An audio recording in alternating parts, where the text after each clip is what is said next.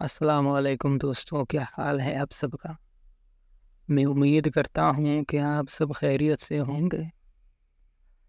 آج زمیندار خود اپنی غلطی پر شرمندہ تھا۔ آج اس کے خاندان کی عزت داغدار ہونے سے بچ گئی۔ لیڈی پولیس چودھری صاحب، ہم نے بلیک میل کرنے والے دونوں گنڈے پکڑے ہیں۔ وہ دونوں گنڈے کافی دنوں سے بیرپور گاؤں پر نظر رکھے ہوئے تھے۔ اسے یہ بھی معلوم تھا کہ بیرپور گاؤں کی عورتیں کھلے میں نہاتی ہیں، لیکن ہمیں خوشی ہے کہ آپ کی چھوٹی بہو سدھا نے ہمت دکھائی اور ان بدماشوں کے خلاف ہمارے تھانے میں رپورٹ درج کرائی۔ ساس، میں نے آپ کو کتنی بار سمجھایا ہے کہ آپ کی بہوؤں کا کھلے میں نہانا ٹھیک نہیں ہے، لیکن آپ نہیں مانے۔ اب چاہے کچھ بھی ہو جائے، میں ضرور انتظام کروں گی میری بہو کے لیے گھر میں باتھ روم کے لیے۔ فلیش بیک: بیرپور گاؤں میں گھروں میں غسل کا کوئی انتظام نہیں تھا، جس کی وجہ سے گاؤں کی خواتینیں کھلے میں نہانے پر مجبور ہیں۔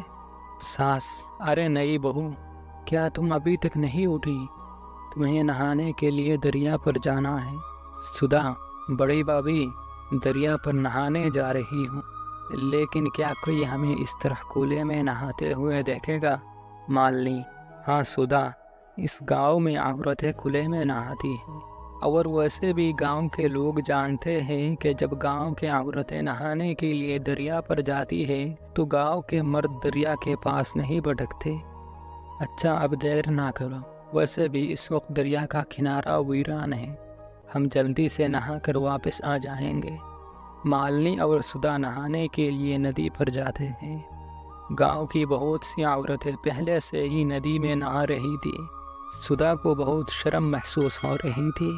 سدھا: مالنی بھابھی، یہ بہت عجیب لگ رہا ہے، اگر کوئی ہمیں دیکھ لے گا تو ہماری عزت برباد ہو جائے گی۔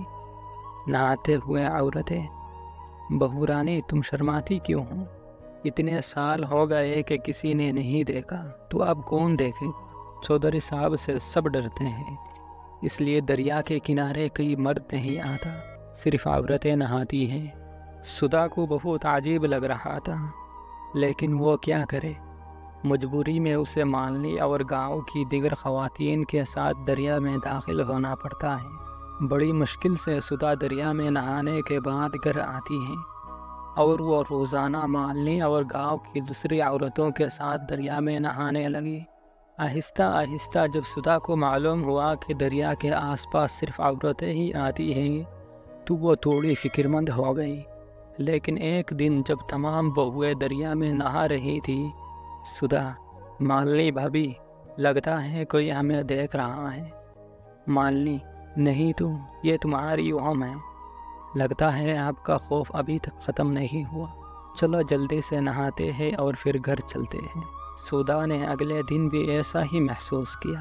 سدھا: مالنی بھابھی، میں کہہ رہی ہوں کہ کوئی ہے جو ہمیں دیکھتا ہے، میں بار بار غلط محسوس نہیں کر سکتی۔ نہاتے ہوئے عورت: ارے بہو رانی، تم بلا وجہ ڈرتی ہو، کسی میں اتنا ہمت نہیں کہ ہمیں نہاتے ہوئے دیکھے۔ یہ سچ تھا، گاؤں والوں کو گاؤں کی بہوؤں کو کھلے میں نہاتے دیکھنے کی ہمت نہیں تھی، تو کون تھا جو سب کو کھلے میں نہاتے دیکھ رہا تھا؟ گگن: ارے یار مگن، یہ گاؤں بہت اچھا ہے، تم نے صحیح جگہ تلاش کی ہے۔ ہم نے اپنے فون پر کھلے میں نہاتے ہوئے گاؤں والوں کی بہوؤں کی خوبصورت تصویریں کھینچی ہیں۔ مگن: وہی تو، میں نے بالکل صحیح گاؤں کا پتہ لگایا نا۔ ٹھیک ہے، اب ان تصاویر کو استعمال کرنے کا صحیح وقت ہے۔ چودھری کی دو بہویں بھی ان عورتوں کے ساتھ نہانے آتی ہیں۔ چودھری کی بہوؤں کو بلیک میل کر کے اچھے خاصے سونے، زیورات اور پیسے بٹوریں گے، اور تم جانتے ہو کہ گاؤں کی یہ معصوم بہویں شرم سے کسی کو کچھ نہیں بتائیں گے۔ ٹھیک ہے، چلو کسی دن راستے میں روک کر انہیں یہ تصویر دکھاتے ہیں۔ مگن: تو دیر کس بات کی؟ کل ہم ان کو راستے میں پکڑ لیں گے جب دونوں نہا کر جا رہے ہوں گے۔ اگلے دن جب مالنی اور سدھا دریا میں نہا کر حویلی کی طرف جا رہے تھے تو دریا سے کچھ ہی فاصلے پر گگن اور مگن نامی بدماش نے ان کا راستہ روک لیا اور دونوں کو فوٹو دکھانے لگے۔ دونوں بہویں ڈر گئے۔ گگن: